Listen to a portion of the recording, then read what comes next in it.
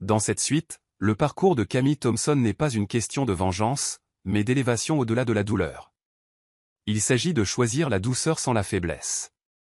Et de trouver un amour inattendu auprès d'un homme qui n'a pas essayé de la réparer, mais qui est simplement resté. Ce n'est pas une histoire de revanche mesquine. C'est une histoire de croissance, de confiance reconstruite et d'amour redécouvert dans l'endroit le plus inattendu. Parce que parfois, la plus douce des victoires n'est pas d'être vu avec quelqu'un de nouveau. C'est d'être enfin vu, pour qui vous êtes vraiment. Bonjour les amis. Bienvenue sur Charm Stories. Si vous êtes nouveau ici, assurez-vous de cliquer sur le bouton d'abonnement et d'activer vos notifications, car l'histoire que vous êtes sur le point d'entendre est l'une des suites les plus puissantes et émouvantes que nous ayons jamais faites. Cette histoire vous fera ressentir tout un panel d'émotions. Alors, prenez une boisson chaude, installez-vous confortablement et restez avec moi alors que nous plongeons dans le récit. Camille Thompson entra dans la cour ensoleillée de la Fondation pour femmes Serenity, ses talons claquant doucement contre le carrelage. Cet endroit était devenu son sanctuaire. Le bourdonnement matinal des bénévoles, le doux bruit des pas des jeunes filles dans les cours de réadaptation, le parfum de lavande du jardin, c'était la paix qu'elle avait sculptée à partir du chaos. Cela faisait 1 an depuis le bal du gouverneur. 1 an qu'elle était arrivée au bras du président Jordan Royce et avait vu le visage de son ex-mari, Marcus, se vider de toute couleur. Le monde se souvenait du drame. Camille Thompson, elle, se souvenait du silence qui avait suivi. Elle parcourait les couloirs de sa fondation comme si chaque souffle d'air lui appartenait, s'arrêtant pour étreindre une jeune mère, écoutant attentivement la percée murmurée d'une survivante. Ce n'était pas de la charité. C'était une guérison mutuelle. Elle avait bâti quelque chose de réel. Quelque chose de pur. Quelque chose à elle. De retour dans son bureau, son assistante déposa une enveloppe scellée sur son bureau. Pas d'adresse de retour. Livrée en main propre, dit-elle doucement. Camille Thompson la regarda. L'écriture était familière. Trop familière. La courbe des lettres, l'inclinaison inégale, c'était celle de Marcus. Elle s'assit un instant, laissant ses doigts planer au-dessus. Elle ne voulait pas la toucher, mais la curiosité la rongeait. Lentement, elle l'ouvrit. Camille Thompson. Je t'ai observé de loin. Fier de tout ce que tu as accompli. Peut-être que je ne le disais pas assez quand nous étions ensemble. Tu as toujours été le meilleur de moi. J'aurais aimé que les choses se passent différemment. Marcus. Il n'y avait aucune excuse. Aucune prise de responsabilité.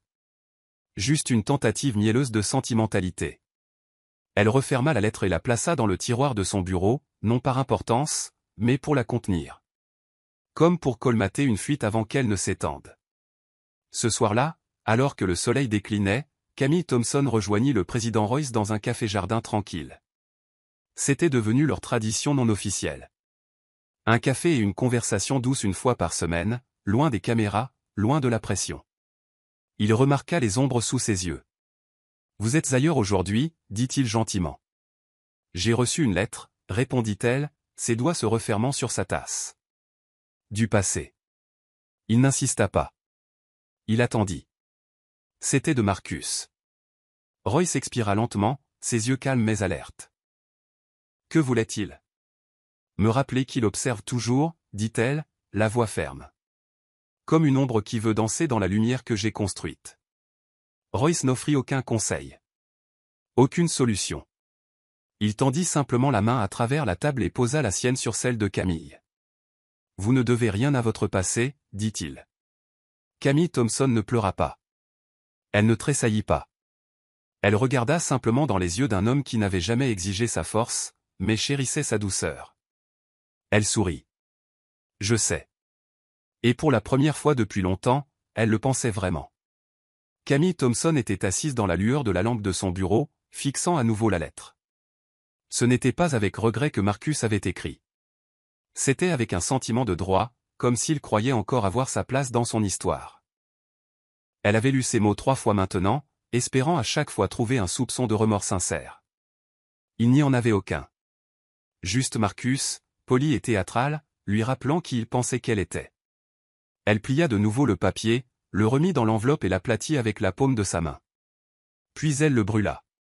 Elle se dirigea vers la cheminée dans la salle commune de la fondation. regardant la flamme dévorer lentement le papier. Une purge symbolique. Alors que les bords se recroquevillaient en cendres, elle expira, non pas de colère, mais avec un sentiment de finalité. De retour dans son appartement, Roy s'appela. « Votre voix est différente ce soir, dit-il. »« J'ai mis le feu à quelque chose, dit-elle avec un demi-sourire dans la voix. Il gloussa doucement. « J'ai presque peur de demander. »« Juste un vieil écho, murmura-t-elle. J'avais besoin qu'il disparaisse. » Royce marqua une pause, puis dit, « Si vous avez besoin de parler, de vraiment parler, je suis là. » Camille Thompson s'appuya contre le mur, ses doigts effleurant l'ourlet de son peignoir en soie. « Vous savez, personne ne m'a jamais proposé ça avant. Un espace sans pression. Je ne suis pas comme eux, dit Royce. Et il ne l'était pas. Il n'était pas un homme qui prenait. C'était un homme qui attendait. Le lendemain matin, elle traversa sa fondation l'esprit plus clair. Jusqu'à ce que son assistante se précipite vers elle. « Camille Thompson. Vous devez voir ça. » Elle lui tendit son téléphone. Un article de blog à scandale titrait « Camille Thompson Ellison aperçue près de l'appartement de Marcus Ellison. » Des rumeurs de réconciliation privée circulent. Le sang de Camille se glaça. Quoi? C'était un restaurant. Il était à l'intérieur. Vous êtes passé devant. Les médias ont déformé la réalité. Sa poitrine se serra. Marcus essayait déjà de transformer la perception en poison. Plus tard dans la journée, Royce envoya un court texto, « Ne les laissez pas déformer votre quiétude. Si vous avez besoin de quoi que ce soit, je suis à un coup de fil. » Camille Thompson tapa, puis s'arrêta. Finalement, elle répondit, « Merci. Savoir que vous êtes là suffit. » Marcus jouait peut-être à des jeux. Mais Camille Thompson? Elle n'était plus la femme qui se prêtait au jeu.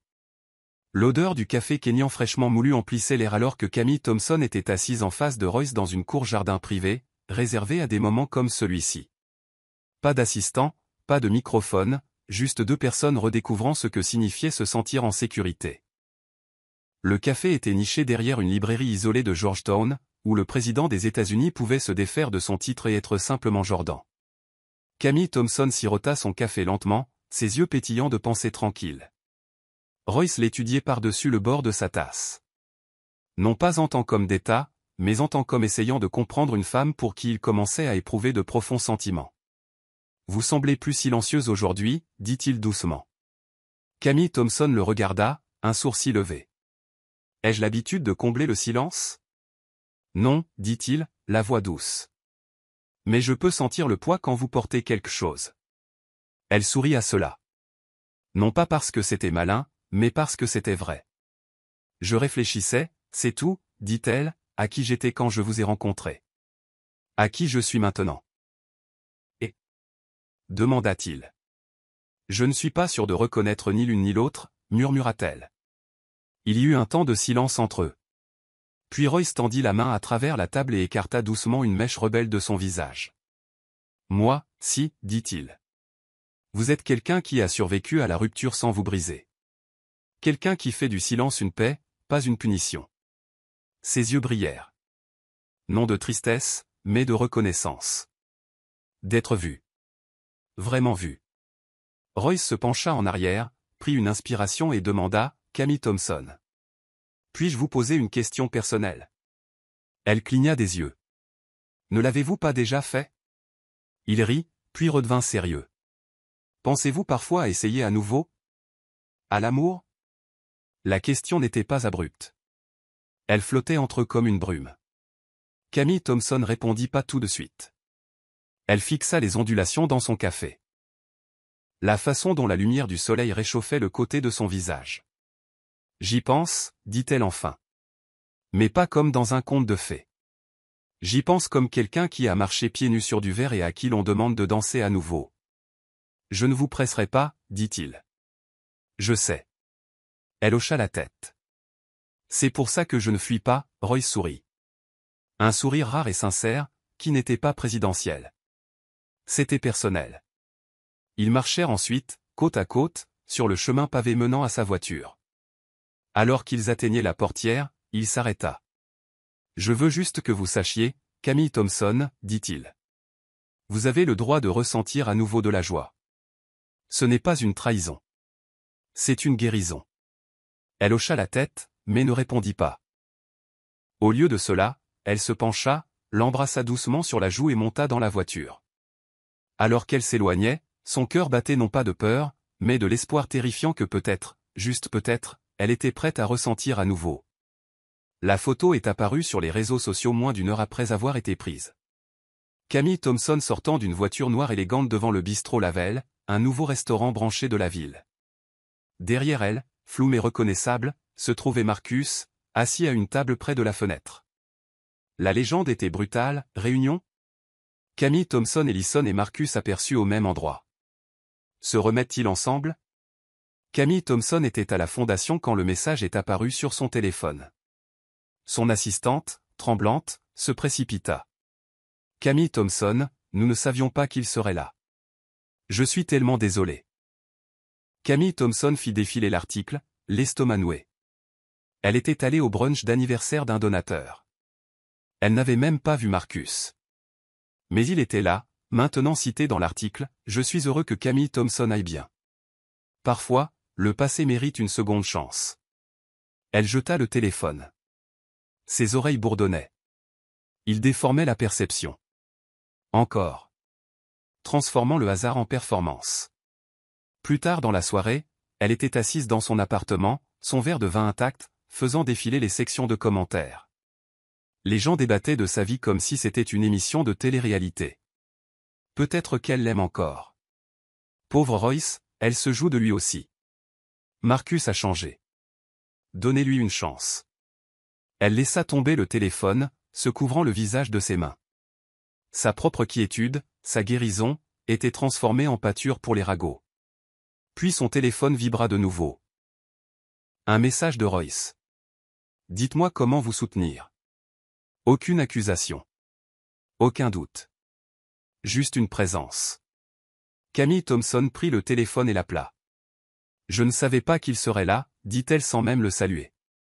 Je sais, répondit Royce instantanément. Tout le monde pense que je retourne avec lui. Il pense que je suis faible. La voix de Royce était calme, stable. Alors, laissez-les penser. Et quand ils se lasseront, vous serez toujours là, entière, imperturbable. Camille Thompson ferma les yeux, laissant ces mots l'apaiser. Pourquoi n'avez-vous pas peur, demanda-t-elle doucement. Parce que vous n'avez pas besoin d'être défendu. Vous avez déjà survécu à pire que des murmures. Elle sentit une larme s'échapper, non de douleur, mais de soulagement. Je déteste qu'il puisse encore influencer le récit, murmura-t-elle. Royce marqua une pause, puis dit, alors, réécrivez-le. Camille Thompson regarda la ligne d'horizon de la ville par la fenêtre. C'est bien ce que je pourrais faire, dit-elle. Et pour la première fois de la journée, elle le pensait. La salle de conférence de la fondation de Camille Thompson était remplie de lumière, de rires doux et de l'odeur de fleurs fraîches. Des femmes de tout le pays s'étaient réunies pour le sommet et guérir en mouvement, un week-end dédié à la guérison et à la réinvention. Camille Thompson était assise en bout de table, carnet à la main, entourée d'histoires qui reflétaient des fragments de la sienne. Normalement, ces histoires la revigoraient, la preuve que la douleur n'avait pas le dernier mot. Mais aujourd'hui, la voix d'une intervenante fit ressurgir un souvenir qu'elle pensait avoir enterré. L'histoire de la femme était brute, tremblante. Il me faisait passer pour folle quand je pleurais, disait que j'étais trop émotive, trop dramatique. Quand je suis parti, il a dit à tout le monde que j'étais instable. Les mots frappèrent Camille Thompson comme une vague brisant une vitre. Sa gorge se serra. Ses doigts se mirent à trembler. Elle sentit la pression monter derrière ses côtes, comme si son corps se refermait sur elle-même. Sa respiration devint superficielle. La pièce devint floue. Elle n'entendit pas l'intervenante suivante. Elle ne sentit pas son stylo tomber de sa main. Elle se leva brusquement et quitta la pièce, ses pas rapides mais pas pressés, juste désespérés. Elle poussa la porte des toilettes, s'enferma dans une cabine et s'effondra contre le mur. Sa poitrine se soulevait. Son cœur battait la chamade. Les murs semblaient se rétrécir. Pas ici, pas maintenant, pas encore. Elle ferma les yeux et se concentra sur sa respiration, essayant de se souvenir des exercices d'ancrage que sa thérapeute lui avait enseignés. Nomme 5 choses. Compte à rebours, inspire, retient, expire. Mais son esprit était trop bruyant. La voix de Marcus revenait, non pas en phrase complète, mais en écho, trop sensible. Pourquoi pleures-tu tout le temps? Je ne peux pas te parler quand tu es comme ça. La porte grinça en s'ouvrant. Un léger coup suivit. Camille Thompson? C'était la voix de son assistante. Est-ce que ça va? Camille Thompson se força à parler. Donnez-moi juste 1 minute. Elle attendit. 5 minutes, puis 10. Finalement, quand la panique céda la place au calme, elle sortit, se lava le visage, remit du rouge à lèvres et retourna dans la salle du sommet comme si rien ne s'était brisé en elle. Mais elle sentait la fissure. Ce soir-là, elle n'attendit pas. Elle appela Royce. Il répondit à la première sonnerie. Camille Thompson? J'ai eu une crise de panique, dit-elle, sa voix calme mais honnête. Où êtes-vous? Demanda-t-il. À la maison maintenant. C'est passé, mais ça m'a fait peur. Voulez-vous que je vienne? Non, mais pouvez-vous rester au téléphone un moment? Aussi longtemps que vous en aurez besoin. Ils parlèrent pendant plus d'1 heure, de tout et de rien. Il ne posa pas de questions auxquelles elle n'était pas prête à répondre. Il n'offrit pas de solution. Il la laissa simplement parler, la laissa respirer. Et d'une manière ou d'une autre, dans ce silence, elle se sentit plus stable. Avant de raccrocher, il dit « Vous n'avez pas besoin d'être parfaite pour être aimée, Camille Thompson. » Je sais, murmura-t-elle. Mais c'est encore difficile à croire. Alors laissez-moi vous aider à y croire. Et pour la première fois depuis des années, elle laissa quelqu'un rester en ligne après que la tempête fut passée. Le téléphone de Camille Thompson vibra avec un message alors qu'elle relisait une ébauche de discours avec son assistante. Elle jeta un coup d'œil et vit le nom, Jordan Royce. Le texto était court, direct, mais portait une chaleur sous-jacente. Dîner. Juste nous. Pas de caméra. Vendredi soir. Je cuisine. Elle marqua une pause avant de répondre, seulement si vous ne brûlez pas le risotto cette fois. Sa réponse arriva quelques secondes plus tard, j'ai évolué. J'ai lu une recette cette fois. Elle sourit, sincèrement. Pas le sourire soigné qu'elle portait pour les apparitions publiques ou les galas de charité. Un vrai sourire qui touchait la partie d'elle qui apprenait encore à profiter de quelque chose sans s'en protéger. Le vendredi ne pouvait pas arriver assez vite.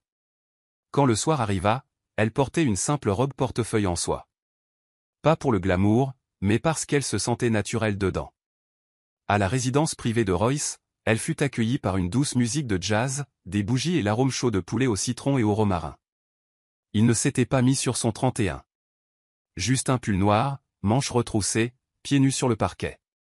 Il n'y avait aucune façade entre eux ce soir. Pendant le dîner, ils parlèrent de choses banales. Un livre qu'elle lisait, un nouveau centre communautaire qu'il finançait, un souvenir amusant de son enfance. Pour la première fois depuis longtemps, Camille Thompson n'avait pas l'impression de devoir jouer un rôle. Elle pouvait simplement être. Puis, au milieu du repas, Royce posa sa fourchette et la regarda. Je sais qu'il est tôt. Et je sais que votre passé vous rend prudente, commença-t-il avec précaution. Mais Camille Thompson, je veux ça. Nous. Peu importe le temps que ça prendra. Elle déglutit lentement, ne sachant comment répondre. Mais ses yeux rencontrèrent les siens et s'y attardèrent. Je n'ai pas peur de vous, dit-elle doucement. J'ai peur de ce que je deviens quand j'aime quelqu'un trop profondément. Royce hocha la tête. Alors aimons-nous d'une manière qui ne vous demande pas de vous perdre. Ils débarrassèrent la table ensemble en silence. Pas de drame. Pas de déclaration. Juste une compagnie stable. Le genre qui laissait de la place pour respirer. Avant qu'elle ne parte, il l'embrassa sur le front. Conduisez prudemment, dit-il. Et Camille Thompson, pour la première fois depuis des années, sentit que le fait d'être désirée n'était pas la même chose que d'être consumée. Le lendemain matin, Camille Thompson traversa son appartement avec un regard neuf. Elle avait fait le tri ces derniers temps. De vieux papiers, des pièces de garde-robe passées, tout ce qui lui rappelait la femme qui s'effaçait pour tenir dans l'ombre de quelqu'un d'autre. Sur une étagère de sa chambre se trouvait un cadre photo, poussiéreux par négligence. À l'intérieur, une photo d'elle et de Marcus, les bras étroitement enlacés lors de leur lune de miel. Elle le prit. Pendant des années, elle s'était dit qu'elle n'était pas prête à s'en séparer. Que c'était l'histoire. Mais maintenant, cela ressemblait à une relique, la preuve d'une version d'elle-même qu'elle avait déjà dépassée. Camille Thompson sortit la photo, la retourna. Au dos, Marcus avait griffonné « L'éternité commence ici ». Elle renifla doucement. Eh bien, ça a mal vieilli. Au lieu de la jeter, elle prit la photo et la plaça dans une boîte marquée « Saisie ». Elle ne la détruisait pas, elle lui retirait simplement l'accès à son espace quotidien. Puis elle la remplaça par une autre photo, prise récemment à la fondation, entourée de survivantes et de jeunes filles, toutes souriantes. Dans le coin, elle se tenait avec un enfant sur la hanche et une expression de paix pure sur le visage. Son téléphone sonna. Une alerte d'actualité, des rumeurs circulent sur les mémoires à paraître de Marcus Ellison. Elle tapa pour ouvrir. Le titre disait « Rédemption ou revanche ». L'homme politique en disgrâce s'apprête à donner sa version. Bien sûr. Marcus ne pouvait pas supporter le silence. Ne pouvait pas supporter que Camille Thompson ait repris le contrôle du récit. Il devait y réintégrer selon ses propres termes. Plus tard dans l'après-midi, Royce passa à la fondation sans prévenir. Il avait apporté le déjeuner shawarma et falafel de son petit restaurant préféré et une enveloppe. « Qu'est-ce que c'est » demanda-t-elle, un sourcil levé. Il sourit, l'air d'un gamin. « Quelque chose que j'ai trouvé. J'ai pensé que vous aimeriez le voir. » À l'intérieur se trouvait une photo d'un événement auquel ils avaient assisté des mois auparavant. Camille Thompson ne l'avait jamais vue. Sur la photo, elle riait, la tête en arrière, tandis que Royce la regardait comme si elle était la seule personne dans la pièce. « Je ne savais pas que vous me regardiez comme ça, dit-elle doucement. « Je le fais toujours, répondit-il. Elle prit la photo et la plaça dans son nouveau cadre, à côté de celle d'elle et des filles. C'était elle, maintenant. Pas une femme figée dans la survie, mais une femme entrant pleinement dans la joie. Camille Thompson entra au Hilton du centre-ville pour une réunion du conseil d'administration d'une organisation à but non lucratif, ses talons résonnant contre le marbre poli alors qu'elle s'approchait de la réception. Un petit groupe de femmes près de la conciergerie interrompit leur conversation quand elle passa. Leurs voix baissèrent, mais Camille Thompson en entendit assez pour savoir exactement de qui elle parlait. J'ai entendu dire qu'elle est juste avec le président parce que ça lui donne de l'importance. N'était-elle pas la femme de ce conseiller municipal en disgrâce?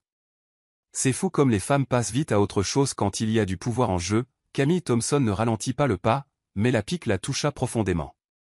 Non pas parce que c'était cruel, elle y était habituée. Mais parce que peu importe le chemin parcouru, quelqu'un attendait toujours pour la réduire à ce qu'elle avait été. À l'intérieur de la salle de conférence, Camille Thompson fit une présentation impeccable sur l'expansion des programmes de santé mentale pour les survivantes de violences domestiques. Elle sourit, répondit aux questions, resta calme. Mais dès qu'elle s'excusa pour aller aux toilettes, le masque tomba. Elle agrippa le bord du lavabo en marbre et fixa son reflet. La vieille douleur s'insinua, ce tiraillement entre qui elle savait être et ce que le monde insistait qu'elle devait être. La porte s'ouvrit et, à sa surprise, l'une des femmes du hall d'entrée entra. Elle n'avait plus l'air suffisant maintenant. Elle avait l'air nerveuse. « Je suis désolée », lâcha la femme. « Je n'avais pas réalisé que vous pouviez nous entendre. » Camille Thompson se tourna lentement, son visage indéchiffrable. « Vous n'aviez pas besoin de chuchoter pour que je vous entende. Les femmes comme moi ont entendu ces mots dans toutes les pièces. » La femme détourna le regard, honteuse. « Vous faites du bon travail, dit-elle doucement. Mieux que la plupart d'entre nous. » Camille Thompson hocha brièvement la tête. « Alors la prochaine fois, arrêtez de chuchoter et dites-le à voix haute. » Elle quitta les toilettes non pas en colère, mais en pleine possession de ses moyens. Ce soir-là, Roy s'appela pour prendre de ses nouvelles. Elle ne mentionna pas l'incident. Elle n'en avait pas besoin. À la place, elle lui parla du plan d'expansion, de ses idées pour les zones rurales et de sa possible visite à un refuge à Détroit le mois prochain. Roy s'écouta, puis dit, « Ils chuchoteront toujours. Laissez-les faire. Vous êtes déjà plus forte que leur bruit. » Camille Thompson ferma les yeux et expira. Elle ne courait plus après l'approbation. Elle choisissait la présence. Le clip a déferlé sur Internet comme une traînée de poudre. Marcus Ellison, vêtu d'un costume bleu marine ajusté, assis dans un fauteuil en cuir face à un animateur de télévision populaire, un sourire trop poli, une voix juste assez basse pour paraître repenti. J'ai fait beaucoup d'introspection, dit-il. J'assume l'entière responsabilité de la façon dont les choses se sont effondrées. Mais je pense aussi que les gens oublient, nous étions amoureux autrefois. Elle représentait tout pour moi. C'est toujours le cas, à bien des égards. L'interviewé se pencha. Êtes-vous en train de dire que vous voulez la reconquérir? Les yeux de Marcus s'adoucirent pour la caméra. Disons simplement que certaines histoires se terminent pas à la première page. Camille Thompson fixa l'écran, engourdie. Elle n'avait pas prévu de regarder l'interview, mais un membre de son équipe le lui avait envoyé par texto, suivi de « ça devient incontrôlable ». Le récit que Marcus tissait ne concernait pas seulement la rédemption. Il était stratégique. Il invoquait la nostalgie, se présentant non pas comme l'homme qui avait fait échouer Camille Thompson, mais comme l'homme qui l'avait perdu et qui était assez courageux pour l'admettre. Internet s'enflamma. Même, #débat. Marcus mérite une seconde chance. Camille Thompson a tourné la page, laissez-la tranquille. On dirait de la manipulation émotionnelle. Même sa boîte de réception fut inondée de demandes d'interviews, d'avertissements de publicistes et de messages d'inconnus offrant des conseils qu'elle n'avait pas demandés. Ce soir-là, Royce vint la voir en personne. Pas de service de sécurité, pas de presse. Ils s'assirent sur son canapé en silence. Je déteste qu'il utilise votre nom pour revenir sur le devant de la scène, dit finalement Royce. Moi aussi, répondit Camille Thompson, ramenant ses genoux contre sa poitrine. Voulez-vous que je dise quelque chose? Que je fasse une déclaration publique? Elle secoua la tête. Non, c'est ce qu'il veut. Il veut que nous réagissions. Alors que voulez-vous? Demanda doucement Royce. Camille Thompson se tourna vers lui. Écrire mon livre, raconter mon histoire en temps voulu, vous aimez sans avoir à prouver au monde que c'est réel. Royce hocha la tête. Alors nous n'alimenterons pas le bruit. Camille Thompson se blottit contre lui, posant sa tête sur son épaule. Marcus jouait peut-être le jeu sur le long terme, mais Camille Thompson n'était pas là pour le déjouer. Elle était là pour le dépasser. Camille Thompson resta dans son bureau tard dans la soirée, les lumières de la ville projetant une teinte dorée sur les hautes fenêtres en verre. L'écran de son ordinateur portable brillait d'un courriel à moitié écrit intitulé « À ceux qui pensent me connaître ». C'était mordant, honnête, empreint de retenue mais rempli de fureur. Elle le relut encore une fois, une lettre adressée aux rumeurs publiques, aux chuchotements, à la tournée de rédemption de Marcus, et à la façon dont les médias continuaient de présenter sa croissance comme une réaction à lui. Elle avait été sur le point d'appuyer sur envoyer, mais quelque chose l'avait retenue. Son assistante était rentrée chez elle. Le bâtiment était silencieux. Camille Thompson se pencha en arrière, se massant les tempes. Chaque paragraphe qu'elle avait écrit était vrai, mais la vérité n'avait pas toujours besoin d'un microphone. Et peut-être, juste peut-être, le silence n'était plus un signe de faiblesse, mais de pouvoir. Elle enregistra le courriel dans ses brouillons et se leva. Se dirigeant vers la bibliothèque, elle attrapa un vieux journal, qu'elle n'avait pas ouvert depuis des mois. En feuilletant ses pages usées, elle retrouva sa propre voix, non pas celle soignée pour le monde, mais le ton brut, blessé, montant qui existait avant que la survie ne devienne sa marque de fabrique. Elle referma le journal et regarda la ligne d'horizon. Elle avait été tentée, dernièrement, de laisser le bruit dicter à nouveau ses pas, mais elle savait mieux maintenant. Elle n'avait pas besoin de se défendre contre chaque faux récit. La vérité avait des jambes. Elle tiendrait même quand elle s'asseyait en silence. L'interphone sonna. Camille Thompson, vous avez un visiteur, dit le gardien de nuit. Elle cligna des yeux. À 7 heures? Le président Royce. Elle sourit malgré elle. Faites-le monter. Quand il entra, Royce tenait 2 sacs de plats à emporter et une petite boîte. J'ai pensé que vous n'aviez pas mangé, dit-il en les posant. Et j'ai apporté le dessert. Camille Thompson leva un sourcil. Essayez-vous de me soudoyer pour que je ne travaille pas? Absolument, sourit-il. Ils s'assirent par terre dans son bureau, chaussures enlevées, mangeant des nems et du riz frit directement dans les barquettes. Elle lui parla du courriel non envoyé, de son envie de répondre au récit de Marcus. Il écouta, mâchant pensivement. Vous savez, dit-il après une pause, parfois, la meilleure réplique est un bonheur dont ils ne font pas partie. Camille Thompson gloussa. On dirait ma thérapeute. J'ai étudié, la taquina Teil. Elle appuya sa tête contre son épaule, son cœur se calmant enfin. Merci, murmura-t-elle. Pourquoi? De me rappeler que je n'ai pas à transformer chaque blessure en discours. Plus tard, quand Royce partit, Camille Thompson rouvrit son ordinateur portable.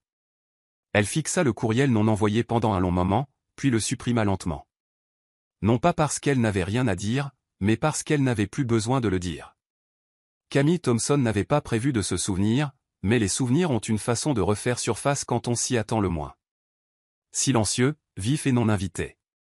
Elle était à la maison, pliant du linge, quand elle trouva une vieille écharpe nichée dans un coin de son placard. Soie rouge. Elle ne l'avait pas vue depuis des années. Elle avait appartenu à Marcus. Un cadeau de sa part pour leur 2e anniversaire. Un qu'il n'avait jamais porté. Disant qu'elle était trop voyante. Elle s'assit par terre, le tissu drapé sur ses mains, et soudain, elle était de retour dans ce petit coin de leur chambre. Il y a 3 ans, la nuit où elle lui a dit qu'elle partait. Il venait de rentrer d'une énième conférence. Sentant un parfum qui n'était pas le sien, Camille Thompson avait attendu. Vêtue de silence. N'emportant que ce dont elle avait besoin. Ses documents, quelques vêtements, la clé USB avec des copies de leurs comptes joints. Quand il a franchi la porte, elle se tenait dans le couloir avec sa valise à ses côtés. « Tu fais du drame, dit-il, la regardant à peine. Ça te passera. » Elle se souvint du calme dans sa poitrine. C'est déjà passé. Il rit alors, froid et dédaigneux. Tu n'es rien sans moi, Camille Thompson. Qui croira en toi? Moi, j'y crois, dit-elle. Ce fut le premier moment où elle y crut vraiment. Le début de sa fin avec lui. Et le début de tout le reste. De retour dans le présent, Camille Thompson plia l'écharpe et la plaça délicatement dans une boîte de dons. Non pas par mesquinerie, mais par libération. Plus tard dans la soirée, elle appela Royce. Non pas parce qu'elle avait besoin de réconfort, mais parce qu'elle voulait une connexion. J'ai eu un souvenir aujourd'hui, dit-elle. Bon ou mauvais, demanda-t-il. Douloureux, admit-elle. Mais important. Voulez-vous en parler? Je l'ai déjà fait. Elle sourit. Avec moi-même. Royce hésita. Vous êtes incroyablement courageuse, Camille Thompson. Non, dit-elle doucement. J'en ai juste fini de me cacher de ce qui m'a façonné. Il y eut un silence, puis sa voix, basse et stable. Je veux que vous sachiez quelque chose. Si jamais je vous blesse, si jamais je vous fais sentir invisible, je veux que vous partiez. Sans peur. Sans excuse. Elle ne répondit pas tout de suite. Puis elle dit, je n'ai pas besoin de cette promesse, Jordan. Je sais déjà comment partir. Mais je veux être quelqu'un pour qui vous choisissez de rester, répondit-il. Elle sourit, les yeux humides. Alors continuez d'être présent. Et il le fut. Chaque jour, par petites touches. Non pas pour la sauver, mais pour lui rappeler qu'elle n'avait jamais eu besoin d'être sauvée. C'était un dimanche après-midi pluvieux, et Camille Thompson se retrouva à trier un vieux coffre de carnets, de lettres oubliées et de pensées griffonnées qu'elle avait fourrées dans des tiroirs et des armoires au fil des ans. Cela avait commencé comme une tentative de nettoyer son bureau à domicile. Mais ce sur quoi elle était vraiment tombée était une capsule temporelle de son chagrin privé. Dans le tiroir du bas, caché sous des documents fiscaux et des reçus délavés, elle trouva un journal relié en cuir usé. À l'intérieur se trouvaient des pages de lettres non envoyées, toutes adressées à Marcus. Certaines dataient de leur mariage, d'autres de leur séparation, et quelques-unes, d'après le divorce. Des lettres qu'elle n'avait jamais eu le courage, ou le désir d'envoyer. Brutes. Sans filtre. Remplies de tout ce qu'elle ne pouvait pas dire à voix haute. Tu ne sais pas ce que c'est que de crier à l'intérieur d'un sourire. J'ai cessé d'essayer d'être tapé quand j'ai réalisé que tu aimais le chaos. Tu ne me manques pas. C'est le contrôle qui te manque. Camille Thompson s'assit par terre, les jambes croisées sous elle, relisant chaque ligne. Non avec tristesse, mais avec curiosité. Ces mots étaient une carte de là où elle avait été. Et plus elle lisait, plus elle réalisait qu'elle ne reconnaissait plus la femme qui les avait écrits. Elle avait évolué. Elle avait survécu.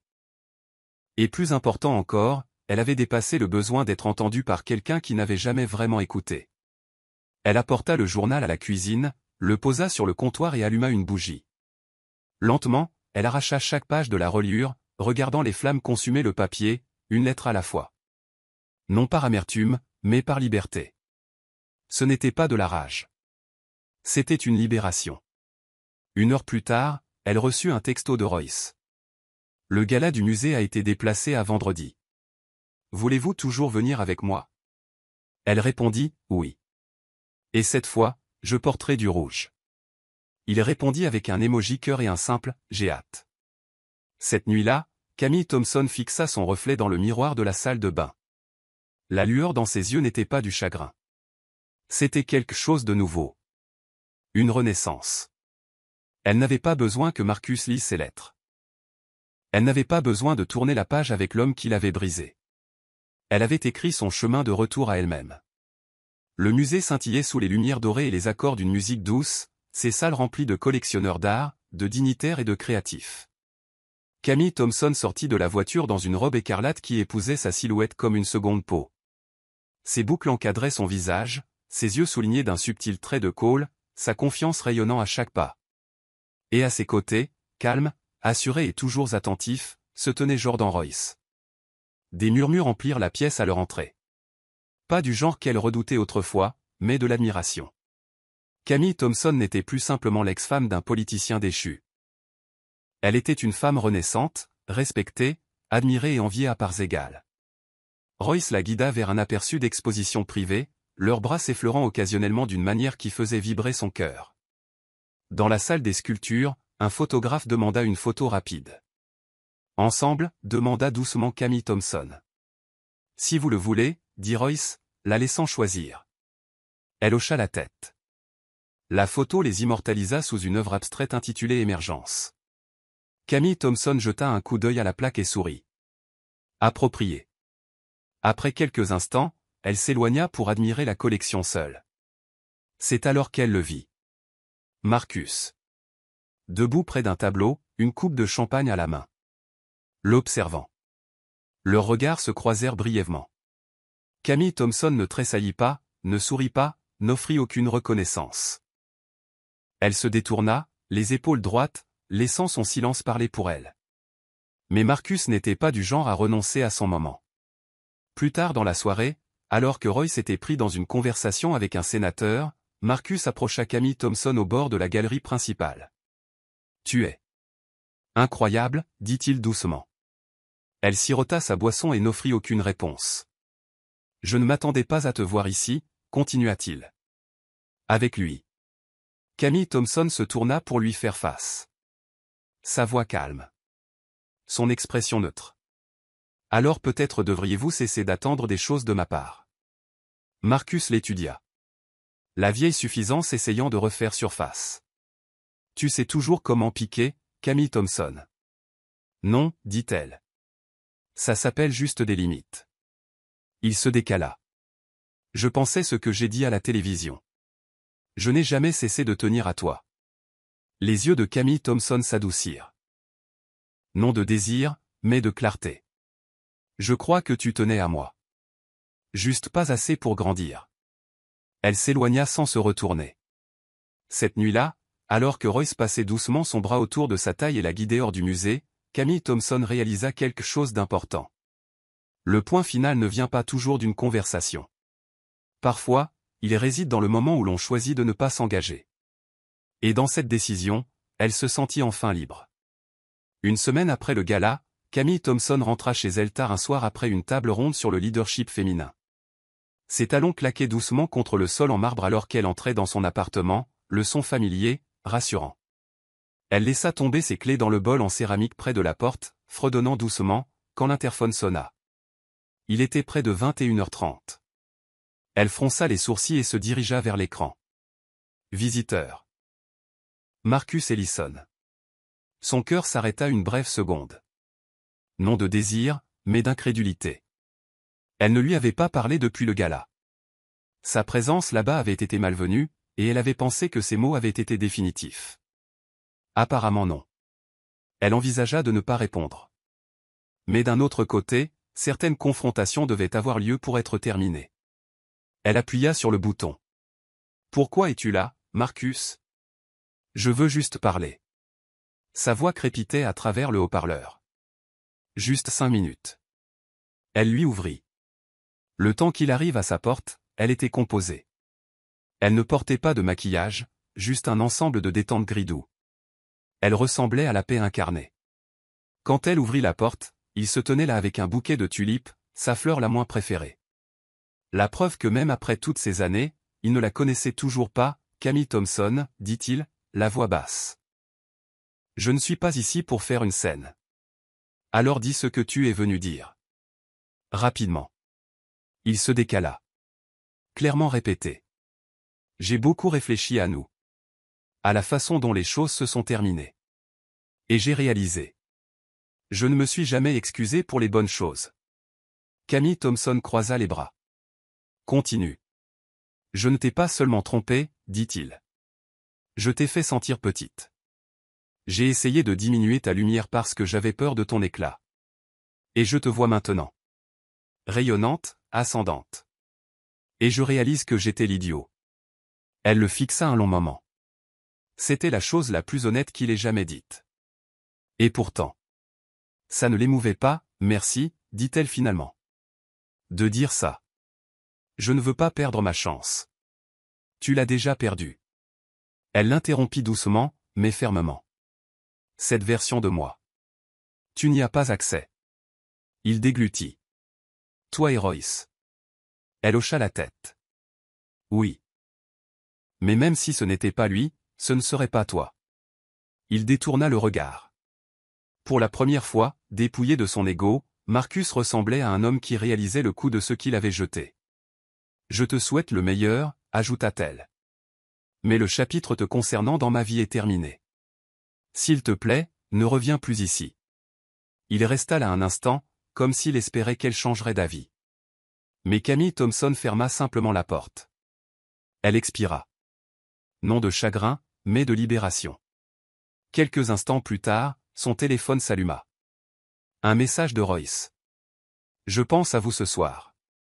J'espère que vous vous reposez. Elle sourit. Pour la première fois, elle n'était plus hantée par les coups du passé. Elle ne répondait qu'à son présent. Et à l'avenir qui attendait de se déployer. Camille Thompson entra dans la salle de conseil d'une initiative mondiale pour les femmes cet après-midi-là. Pas en tant qu'invitée, mais en tant qu'oratrice principale. Sa fondation venait de s'associer à 3 agences internationales pour étendre les services de santé mentale aux survivantes de violences en Afrique de l'Ouest. La presse n'en avait pas encore eu vent. Camille Thompson avait insisté pour qu'ils attendent que chaque accord soit signé et que chaque centre communautaire soit sécurisé. Cette victoire n'était pas pour les gros titres. Elle était pour les femmes qui ne pouvaient pas parler fort. Celles qui souffraient en silence et se relevaient malgré tout. Sa voix résonna clairement dans la pièce alors qu'elle se tenait devant des ambassadeurs, des médecins et des décideurs politiques. Je ne suis pas ici parce que j'ai survécu à un chagrin d'amour. Je suis ici parce que j'ai transformé ma survie en service. Les applaudissements vinrent comme une vague. Non pas tonitruants, mais sincères. Et ils remplirent sa poitrine de quelque chose de bien plus profond que la fierté. Un but. Après l'événement, son assistante lui tendit une enveloppe marquée confidentielle. C'était une note juridique transmise anonymement à son équipe. À l'intérieur se trouvait un résumé d'une enquête en cours. Le nom de Marcus y était griffonné partout. L'estomac de Camille Thompson se contracta. Les documents détaillaient une utilisation présumée abusive des fonds de campagne, du lobbying non déclaré et des avoirs offshore liés à l'ancienne entreprise de Marcus. Elle fixa les pages, les mots se brouillant les uns dans les autres. C'était sérieux. Et s'il était poursuivi, cela signifierait une peine de prison. Elle remit les papiers dans l'enveloppe et les rangea dans sa mallette. Ce soir-là, lors d'un dîner avec Royce, elle la lui tendit. « Je ne veux pas de vengeance, dit-elle. Mais je ne le protégerai pas non plus. » Royce n'eut pas l'air surpris. « Que voulez-vous faire ? » ?»« Je veux me concentrer sur mon travail. Laisser la vérité parler sans que mon nom soit utilisé comme une arme. » Royce prit sa main. « Et si cela provoque sa chute ?» Le regard de Camille Thompson ne vacilla pas, alors il tombera à cause de ses propres actions. Pas des miennes.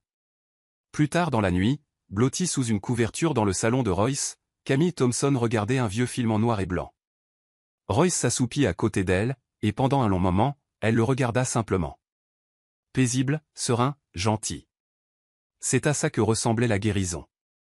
Pas seulement tourner la page, mais avancer, avec grâce, avec dignité, avec des décisions prises par force, pas par dépit. Et bien que son nom soit encore chuchoté dans les gros titres, Camille Thompson savait que la véritable histoire s'écrivait dans des pièces sans caméra. Où elle construisait, aimait, pardonnait, et ne se retournait jamais pour voir qui regardait. La lettre de Marcus arriva par coursier 2 jours plus tard, manuscrite, scellée et inattendue. Camille Thompson l'ouvrit avec précaution, debout dans sa cuisine avec un café dans une main et l'enveloppe dans l'autre. À l'intérieur se trouvait une seule page, l'encre inégale, comme si quelqu'un l'avait écrite sous le coup du stress. Ou peut-être, du regret. Camille Thompson, tu m'as dit un jour que l'amour n'était pas une question de possession. C'était une question de présence. Je n'ai compris ça que récemment. J'ai tout gâché entre nous. Je le sais maintenant. Et je n'écris pas pour obtenir de la sympathie. J'écris parce que j'ai besoin que tu le saches. Je vois tout maintenant. Le silence que tu m'as offert était une miséricorde, pas une punition. J'espère que Royce te traite comme le trésor que tu es. J'espère que tu continues à changer des vies. J'espère qu'un jour, je compterai dans l'histoire de quelqu'un comme tu as compté dans la mienne. Marcus. Camille Thompson l'a lu 2 fois. Elle ne pleura pas. Elle ne sourit pas. Elle plia simplement la lettre et la plaça dans un tiroir à côté de ses déclarations de revenus, ni précieuses ni jetées. Juste classées, plus assez importantes pour être brûlées ou exposées. Cet après-midi-là, elle se promena autour du lac près de son immeuble. Une brise dansait à travers les arbres, et le soleil jouait à cache-cache derrière les nuages. Elle croisa un couple de personnes âgées se tenant la main. Des enfants faisant voler des cerfs-volants. Une jeune fille chuchotant des secrets à un golden retriever. La vie s'épanouissait partout. Son téléphone sonna. Royce. Et, répondit-elle, la voix légère. Je te dérange? Non. Je me promène. Seul. Juste moi et environ 50 inconnus dans ce parc, dit-elle avec un sourire. Tu veux de la compagnie? Elle marqua une pause. Oui. J'aimerais bien. 10 minutes plus tard, Royce apparut en chaussures de jogging et sweat à capuche, souriant en la rejoignant. Je n'ai pas marché sans raison depuis des années, dit-il. Il y a toujours une raison, répondit-elle. Parfois, c'est juste la paix. Ils se promenèrent en silence pendant un moment. Puis Royce dit, tu sembles plus légère. J'ai lâché prise sur quelque chose, dit-elle simplement. Tu vas me dire quoi? Elle secoua la tête, amusée. Non. Mais je te laisserai m'offrir un café. Marché conclu. Alors qu'il faisait la queue dans un café voisin, Camille Thompson pensa à toutes les choses qu'elle avait autrefois tenues trop fermement. L'amour, les excuses, le point final, le contrôle. Et maintenant, elle ne tenait rien d'autre que sa tasse, son souffle et la main que Royce lui offrait. Parfois, la guérison n'était pas tonitruante. Parfois, elle venait tranquillement, sur une brise, avec une lettre dont on n'avait pas besoin, et un avenir que l'on n'aurait jamais cru si calme. La soirée scintillait au son d'une douce musique à cordes et du murmure d'invités bien habillés, réunis sous des lustres en cristal dans la salle de bal du Grand Imperial Hotel. Camille Thompson se tenait sur scène, microphone à la main, vêtue d'une élégante robe bleu marine et d'un sourire calme et confiant. Ce soir, il ne s'agissait pas d'elle, mais des femmes que sa fondation avait soutenues, protégées et émancipées. Le gala était la première grande collecte de fonds de sa fondation depuis son internationalisation, et chaque détail portait sa touche. Elle avait choisi un thème minimaliste, des lignes épurées, un éclairage doux, pas de discours pesant. Juste des histoires. Des vrais. Derrière elle, sur un grand écran, une vidéo était projetée, des extraits de femmes autrefois réduites au silence, dirigeant maintenant des entreprises, ouvrant des refuges, s'exprimant devant des législateurs. La voix de Camille Thompson narrait doucement chaque clip. Nous ne sommes pas ce que nous avons survécu. Nous sommes ce que nous choisissons de construire ensuite. Les applaudissements furent assourdissants. Depuis la table d'honneur, Royce observait, la fierté se lisait sur son visage. Elle croisa son regard un instant et lui sourit. Un vrai sourire. Empreint de gratitude, de sérénité. Après le discours, les invités se mêlèrent les uns aux autres, un verre de vin à la main, sur un fond de jazz feutré. Camille Thompson fit le tour de la salle, remerciant les donateurs, étreignant les survivantes, riant avec les membres du conseil d'administration. À un moment, elle s'éclipsa sur la terrasse pour prendre l'air et trouver un peu de calme. Royce la suivit quelques minutes plus tard, lui tendant une coupe de champagne. « J'aurais dû applaudir plus fort, dit-il. Tu as applaudi suffisamment. Tu semblais inébranlable, là-haut. » Elle but une lente gorgée. « Parce que je l'étais. Ça, ce que nous construisons, il ne s'agit plus de prouver quoi que ce soit. Il s'agit de planter quelque chose qui survivra au vacarme. » Il pencha la tête. On dirait quelqu'un qui écrit un nouveau chapitre. Elle se tourna vers lui, le regard sincère. Je crois que c'est le cas. Royce plongea la main dans sa veste et en sortit une petite boîte noire. Camille Thompson se figea. Il ne s'agenouilla pas. Il ne fit pas de grands discours. Il ouvrit simplement la boîte pour révéler une bague fine et élégante, sertie d'un saphir, pas d'un diamant. « Je ne te demande pas de m'épouser, dit-il doucement. Pas encore. Je te demande juste si je peux être l'homme qui attendra que tu sois prête. » Les larmes montèrent aux yeux de Camille Thompson. Elle hocha doucement la tête.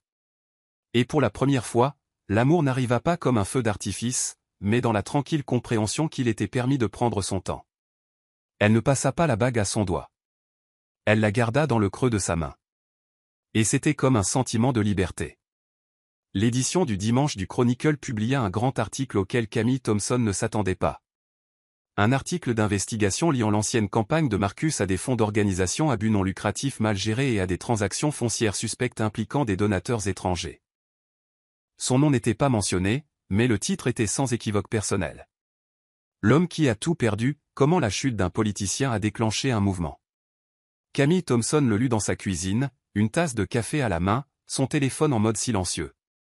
Elle lut chaque mot, chaque paragraphe, retraçant la manière dont le journaliste détaillait l'ascension et la chute de Marcus. L'ironie ? Le plus gros des dégâts ne venait pas de révélations scandaleuses, mais de ses tentatives désespérées pour regagner la sympathie du public. L'opinion publique changeait. Les gens ne débattaient plus. Ils se souvenaient. Ils se souvenaient du silence de Camille Thompson, de sa grâce sous le feu des critiques, et du pouvoir tranquille de ne pas riposter. À midi, son téléphone vibrait sans discontinuer. Des demandes d'interview. Des invitations à des talk-shows. Même un grand éditeur l'a contacté pour ses mémoires. Elle transféra tout à son assistante avec une seule note, attendons une semaine. Plus tard dans la journée, elle se rendit au refuge communautaire en périphérie de la ville. Les médias avaient beau rôder, Camille Thompson avait besoin de garder les pieds sur terre. Elle s'assit avec un groupe d'adolescentes qui avaient fui des foyers violents. Elles lui tressèrent les cheveux, gloussèrent à propos de leur béguin, lui demandèrent si elle connaissait Beyoncé. L'une des filles, âgée d'environ 15 ans, demanda « Mademoiselle Thompson, est-ce que les gens arrêtent un jour de dire du mal de vous ?» Camille Thompson sourit. Finalement, oui. Mais le plus important, c'est que vous arrêtiez de les croire. Ce soir-là, Royce la trouva assise par terre dans son salon, entourée de papiers. « Ça va ?» Elle hocha la tête. Juste. En train de réfléchir à quoi dire ensuite. Si tant est qu'il faille dire quelque chose. Il s'assit à côté d'elle. Tu ne dois de spectacle à personne. Je sais, dit-elle. Mais peut-être est-il temps de raconter mon histoire. Pas pour me défendre. Juste pour montrer ce que c'était de l'intérieur. Royce lui baisa la main. Quand tu seras prête. Camille Thompson regarda son reflet dans la fenêtre. Déterminée, calme, lumineuse. Elle ne voulait pas de vengeance. Elle voulait une libération. Et peut-être que pour la première fois, la vérité viendrait non pas en réaction, mais comme un cadeau. 2 semaines plus tard, Camille Thompson entra dans un studio. Les lumières étaient tamisées, les caméras prêtes, et l'air était empreint du silence de quelque chose de sacré. Elle avait accepté une seule interview. Pas en direct. Pas à sensation. Juste elle. Avec ses mots. Selon ses propres termes. L'intervieweuse était respectueuse, expérimentée et chaleureuse. Vous êtes restée silencieuse pendant l'ascension, la chute et les récentes tentatives de votre ex-mari pour attirer l'attention. Pourquoi parler maintenant ? Camille Thompson marqua une pause, pensive.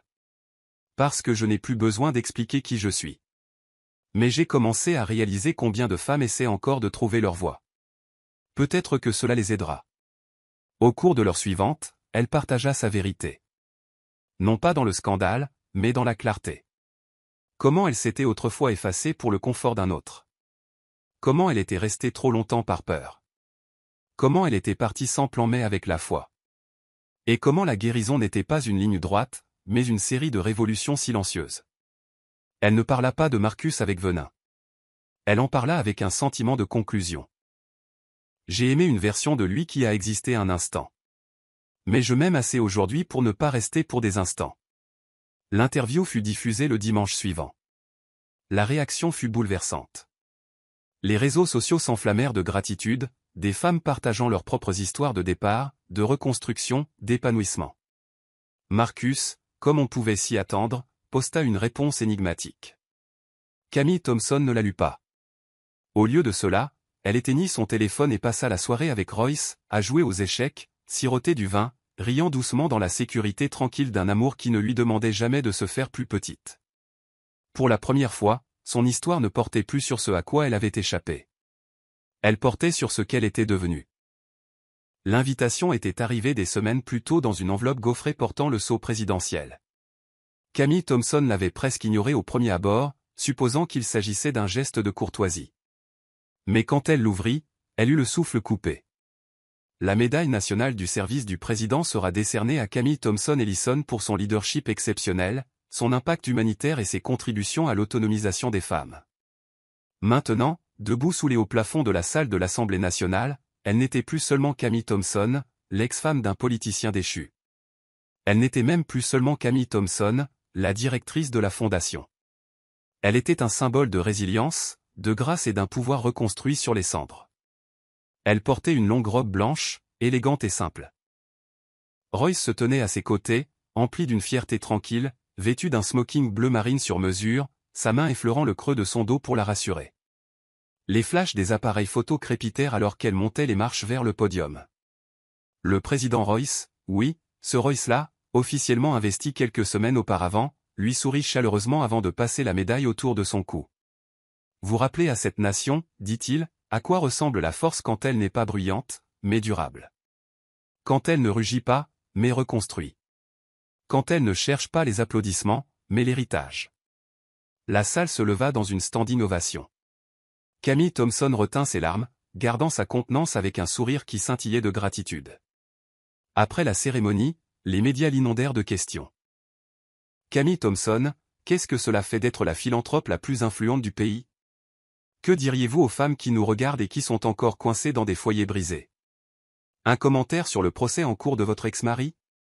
Camille Thompson s'arrêta sur cette dernière question. Elle se pencha vers le micro. Je souhaite à chacun de trouver la guérison, même à ceux qui m'ont autrefois brisé. Et sur ce, elle quitta la scène, entourée non pas par des gardes du corps, mais par les femmes qu'elle avait aidées à se relever, des survivantes qui avaient autrefois murmuré son nom comme une bouée de sauvetage. Maintenant, elle marchait à ses côtés, non pas comme des ombres, mais comme des miroirs de ce à quoi la survie pouvait ressembler. Plus tard, lors de la réception privée, Royce l'attira contre lui et lui murmura « Tu ne veux toujours pas porter cette bague ?» Camille Thompson sourit. Je n'ai pas dit non. J'ai juste dit pas encore. Il l'embrassa sur la joue. Alors je continuerai d'être là. Et pour une fois, elle ne pensa pas à Marcus. Elle ne pensa ni à la vengeance, ni aux rumeurs. Elle pensa à la femme qu'elle avait vue dans le miroir plus tôt ce jour-là. Celle qui avait traversé le feu et qui brillait désormais sans avoir besoin des flammes. Cette nuit-là, alors que les photos de Camille Thompson à la cérémonie de remise des prix inondaient Internet, une image commença à circuler discrètement. Une photo de paparazzi, granuleuse, montrant Marcus regardant la retransmission en direct depuis un petit bar de quartier. Son costume était froissé. Ses yeux, vides. L'homme qui autrefois captivait les foules était maintenant assis, inaperçu, dans le coin d'un endroit qui sentait la bière éventée et la gloire passée. Un journaliste prit la photo sans qu'il s'en aperçoive. Elle immortalisa un unique instant, lui, le regard fixe sur l'écran, figé, alors que le nom de Camille Thompson résonnait depuis la télévision au-dessus du bar. Il ne parla pas. Ne commanda pas un deuxième verre. Il se contenta de regarder. L'article accompagnant la photo l'intitulait « Le fantôme d'un pouvoir passé ». L'équipe de Camille Thompson lui transmit l'image. Elle la fixa un instant, puis supprima le message. Elle n'était pas en colère. Elle n'était pas triomphante. Elle ne ressentait simplement rien. Et c'était là la vraie fin. Pendant ce temps, la vie de Marcus continuait de s'effondrer. Les procès s'accumulaient. Ses anciens associés prenaient leur distance. Et la sympathie du public s'évanouit dès qu'il tenta de jouer à nouveau la victime. Son dernier espoir avait été Camille Thompson, espérant que son silence le protégerait ou qu'elle parlerait au moins en sa faveur. Mais elle ne le fit jamais. Parce que parfois, l'indifférence est la plus éloquente des conclusions. Et Camille Thompson n'avait pas pour vocation de sauver les hommes qui l'avaient laissé se noyer. Camille Thompson était assise en face de l'éditrice de l'une des plus grandes maisons d'édition du pays, son manuscrit soigneusement empilé sur la table en verre entre eux. « C'est à couper le souffle », dit l'éditrice en feuilletant les pages. Ce n'est pas seulement un mémoire. C'est une feuille de route pour la guérison. Camille Thompson sourit. C'était le but. Je ne voulais pas que ça parle de Marcus. Je voulais que ça parle de moi et de toutes les femmes qui ont dû se perdre pour retrouver leur propre valeur. Le livre, provisoirement intitulé Stille, Heroes, était un voyage profondément personnel. Il ne relatait pas seulement la trahison, mais aussi la guerre intérieure, la lutte pour reconquérir son identité, sa dignité et sa voix. Il contenait des histoires qu'elle n'avait jamais partagées publiquement. La nuit où elle avait failli ne pas partir, la première crise de panique dissimulée sous un maquillage parfait, la fois où son fils avait demandé pourquoi, maman était toujours fatiguée. Le but de Camille Thompson n'était pas la sympathie. C'était la vérité. Quand le livre fut mis en précommande, il devint un best-seller instantané. Les lecteurs inondèrent sa boîte de réception de messages. « Vous avez raconté mon histoire. Votre force m'a donné la permission de partir. Je suis parti hier soir. Merci. » Camille Thompson les lut tous, un par un. Le jour du lancement, elle n'organisa pas de soirée mondaine. À la place, elle tint une lecture en direct sur Zoom avec des femmes de refuge, de foyers de transition et de cercles de survivantes. Elles pleurèrent. Elles rirent. Elles parlèrent sans honte. Ce soir-là, Royce lui apporta un exemplaire du livre, tout juste sorti des presses. « Tu as dédicacé l'exemplaire de tout le monde sauf le mien », la taquina-t-il. Camille Thompson prit un stylo, ouvrit la page de garde et écrivit, pour Jordan, pour être le chapitre que personne n'a vu venir, et l'histoire que je suis fier d'écrire pour toujours. Avec tout mon amour, Camille Thompson. Il l'embrassa sur le front et murmura, « Est-ce que ça veut dire que je peux enfin te passer la bague au doigt ?» Elle sourit. « Redemande-moi. » Bientôt. Et dans ses yeux, il vit la réponse prendre forme. Sans hâte, sans ostentation, mais de la manière silencieuse dont le véritable amour grandit. Non pas comme une évasion, mais comme un foyer. Camille Thompson reçut l'enveloppe un mercredi après-midi tranquille. Elle revenait d'une visite dans une école où sa fondation avait fait don d'outils d'apprentissage numérique à des filles de communautés défavorisées. Ses talons claquaient doucement sur le sol en marbre alors qu'elle entrait dans son appartement, posait son sac près de la console et triait son courrier. Elle était là, couleur crème, gaufrée, avec une calligraphie dorée. Marcus Ellison et Vanessa Grant ont l'honneur de vous convier. Camille Thompson la fixa un instant, puis laissa échapper un petit rire sans joie. Vanessa Grant.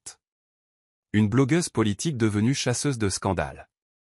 Camille Thompson l'avait aperçue plusieurs fois pendant les années de gloire de Marcus. Toujours en arrière-plan, toujours en train d'observer, de rôder. Ça ne faisait pas mal. Ça ne piquait pas Hitfeld absurde. Why inviter? A final taunt? En attend at reclaiming relevance? Royce walked in moment latte, having just returned from a city meeting. She held out the envelope without a word. Il la lut, puis la regarda. Tu n'envisages pas sérieusement d'y aller, n'est-ce pas? Camille Thompson haussa un sourcil. Pourquoi pas? Le bleu me va à ravir. Il sourit, mais son regard trahissait son inquiétude. Tu ne leur dois rien. Elle s'assit sur le canapé. Exactement. C'est pourquoi je peux entrer, sourire, et repartir indemne. Royce l'étudia. Tu es sûr que ce n'est pas pour prouver quelque chose? Elle le regarda calmement. Si c'était pour prouver quelque chose, j'irais en rouge. Ils partagèrent un rire discret. Mais Camille Thompson ne plaisantait pas.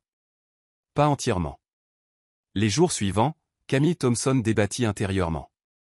Non pas sur le fait d'y aller, mais sur la manière d'y aller. Son assistante le lui déconseilla. Sa mère lui dit de prier. Mais au fond d'elle-même, Camille Thompson le savait, tourner la page ne signifie pas toujours rester silencieux. Parfois, cela signifie entrer dans la pièce où l'on a été brisé, et en repartir la tête haute.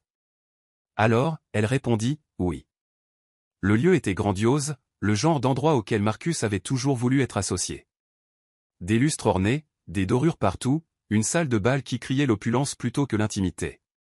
Camille Thompson sortit de la voiture noire, sa robe bleu marine sculpturale, ses boucles d'oreilles discrètes, son assurance inébranlable. Les têtes se tournèrent. Des murmures s'élevèrent. Les gens se donnaient des coups de coude. C'est elle. C'est Camille Thompson Ellison. Elle ne sourit pas. Ne salua pas de la main. Elle avança avec une autorité tranquille, son entrée plus retentissante que n'importe quelle annonce. Royce n'était pas avec elle. C'était quelque chose qu'elle devait faire seule. Vanessa était éblouissante, radieuse dans une robe blanche qui semblait avoir été choisie plus pour Instagram que pour l'intimité.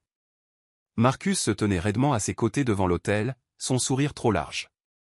Quand son regard croisa celui de Camille Thompson, juste une seconde, son expression vacilla. Pas complètement. Juste assez. Camille Thompson prit place. Elle écouta les vœux. Elle applaudit même. Mais elle ne ressentit rien. Pas de jalousie. Pas de regret. Pas de colère. Juste la paix. Pendant la réception, alors que la foule dansait et buvait, Camille Thompson resta assise, faisant tourner le champagne dans son verre. C'est alors que Vanessa s'approcha. « Merci d'être venu, dit-elle, la voix tendue. Camille Thompson sourit. « Bien sûr. Je vous souhaite à tous les deux le meilleur. » Vanessa marqua une pause. « Je sais qui j'épouse. » Camille Thompson pencha la tête. « Alors vous savez tout ce que vous invitez dans votre vie. J'espère que vous avez un bon avocat et encore plus de patience. » Vanessa cligna des yeux, ne sachant pas si elle avait été insultée ou avertie. Camille Thompson se leva et s'éloigna. En sortant, Marcus l'intercepta.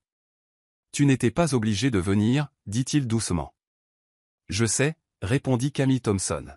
« C'est pour ça que c'était important. » Il la regarda comme un homme regarde un incendie qu'il pensait autrefois pouvoir maîtriser, maintenant trop avancé pour être touché, trop éclatant pour être approché. « Adieu, Marcus. » Et elle le pensait. De chaque fibre de son être. Elle remonta dans la voiture, sortit son téléphone et envoya un texto à Royce. « Parlons de cette bague. Je suis prête. » La voiture s'éloigna alors que des feux d'artifice explosaient derrière elle. Bruyants, désespérés et fugaces. Mais l'histoire de Camille Thompson n'était plus un incendie. C'était une lumière. Constante. Stable. Inébranlable. Camille Thompson se tenait devant le miroir de sa suite, la même pièce où elle avait autrefois douté de sa valeur, fait taire ses rêves pour être la femme discrète derrière l'ascension d'un autre. Mais ce soir était différent. Ce soir, elle n'était derrière personne.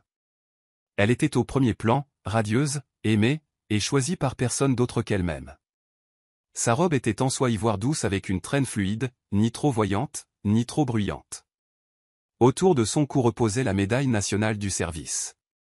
Et à son annulaire scintillait le saphir que Royce lui avait autrefois offert avec patience et confiance.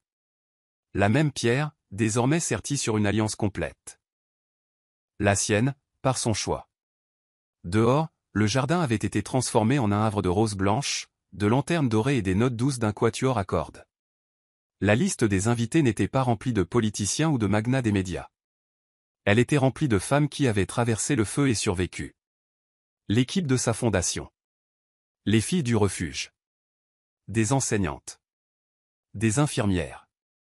Des mères. Le personnel de Royce. Les propres parents de Camille Thompson, venus pour la journée. Et Royce lui-même, debout devant l'autel sous l'olivier qu'ils avaient planté ensemble 6 mois plus tôt. Elle prit son temps pour remonter l'allée. Sans se presser. Chaque pas un chapitre. Chaque regard un souvenir réécrit. Alors qu'elle s'approchait, les yeux de Royce brillèrent, non pas de triomphe, mais de révérence. Quand elle l'atteignit, il ne parla pas tout de suite. Il lui prit simplement la main. L'officiant sourit. Camille Thompson et Royce ont choisi d'écrire leurs propres vœux. Royce commença. Tu n'es pas tombé dans ma vie. Tu y es entré, forte et entière. Tu n'avais pas besoin d'être sauvé. Tu avais juste besoin d'espace pour grandir. J'ai promis de ne jamais me mettre sur ton chemin, mais de toujours marcher à tes côtés. Camille Thompson prit une douce inspiration. Tu m'as vu, non pas comme quelqu'un de brisé ou de meurtri, mais comme quelqu'un en devenir. Tu ne m'as jamais pressé. Tu as juste attendu que je trouve mon chemin. Et maintenant, je choisis d'avancer avec toi, non pas pour être complété, mais pour partager ce que j'ai construit. Ils scellèrent leurs vœux par un baiser si tendre qu'ils fit taire le jardin. Plus tard, pendant la réception, Camille Thompson se leva pour porter un toast. J'ai cru un jour que le plus grand pouvoir était de s'exprimer haut et fort, dit-elle. Mais j'ai appris que le vrai pouvoir, c'est de savoir qui l'on est même quand personne ne regarde. Cet amour, ce moment, ce n'est pas une vengeance. Ce n'est pas une rédemption. C'est un renouveau. Les invités se levèrent pour applaudir. Marcus n'était pas présent, bien sûr. Mais la nouvelle lui parvint. Un ami lui envoya une photo de Camille Thompson, rayonnante sous les lumières du jardin. Il ne répondit pas. Camille Thompson et Royce dansèrent leur première danse sur une chanson qu'aucun des deux n'avait jamais entendue, mais qui semblait écrite pour eux. Et sous les étoiles, entouré d'un amour né de la patience et de la vérité, Camille Thompson expira enfin. Non pas d'épuisement, mais en sachant que la guerre était finie. Elle n'avait pas seulement survécu. Elle avait triomphé. Silencieusement. Complètement. Et pour toujours. Je suis ravi que vous soyez arrivés jusqu'au bout. J'espère que l'histoire vous a plu. N'hésitez pas à laisser un généreux pouce bleu et à vous abonner pour plus de récits captivants comme celui-ci. Nous serions ravis d'avoir votre avis. Quelles leçons avez-vous tirées de cette histoire? Partagez vos réflexions dans les commentaires ci-dessous. À la prochaine histoire.